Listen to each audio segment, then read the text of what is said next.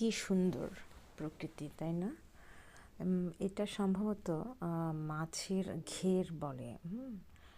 এটা বাঁশবাগান বা আম গাছ, মানে এখানে মাছের, আমার ছোটো মামা মাছের চাষ করে।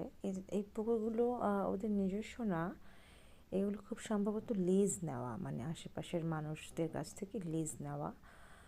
এই যে এখানে মাছের ঘের আছে, এখানে বিভিন্ন ধরনের মাছ চাষ করা হয়। এবং এই যে আমার হাজব্যান্ড তার আমার ছোট বাচ্চাটাকে নিয়ে মানে ঘুরতে চলে আসছে, দেখাচ্ছে যে এটা পুকুর। ও পুকুর কখনো দেখেনি। তো মানে খুব সুন্দর মাছের ঘের, একেবারে জঙ্গলে ভরা। বাড়ির পিছনের দিকটা এটা আমার নানার বাড়িতে। তো খুবই সুন্দর লাগছিল, অপরূপ দৃশ্য, মনে হচ্ছে কোনো একটা ঘন জঙ্গলের মধ্যে চলে আসছে। তো আমার হাজব্যান্ডও মানে খুব এনজয় করছিল আমার বাচ্চাকে নিয়ে। তো মানে খুবই সুন্দর। আর তাছাড়া এই যে এটা দেখা যাচ্ছে, এটা হচ্ছে নিজস্ব পুকুর।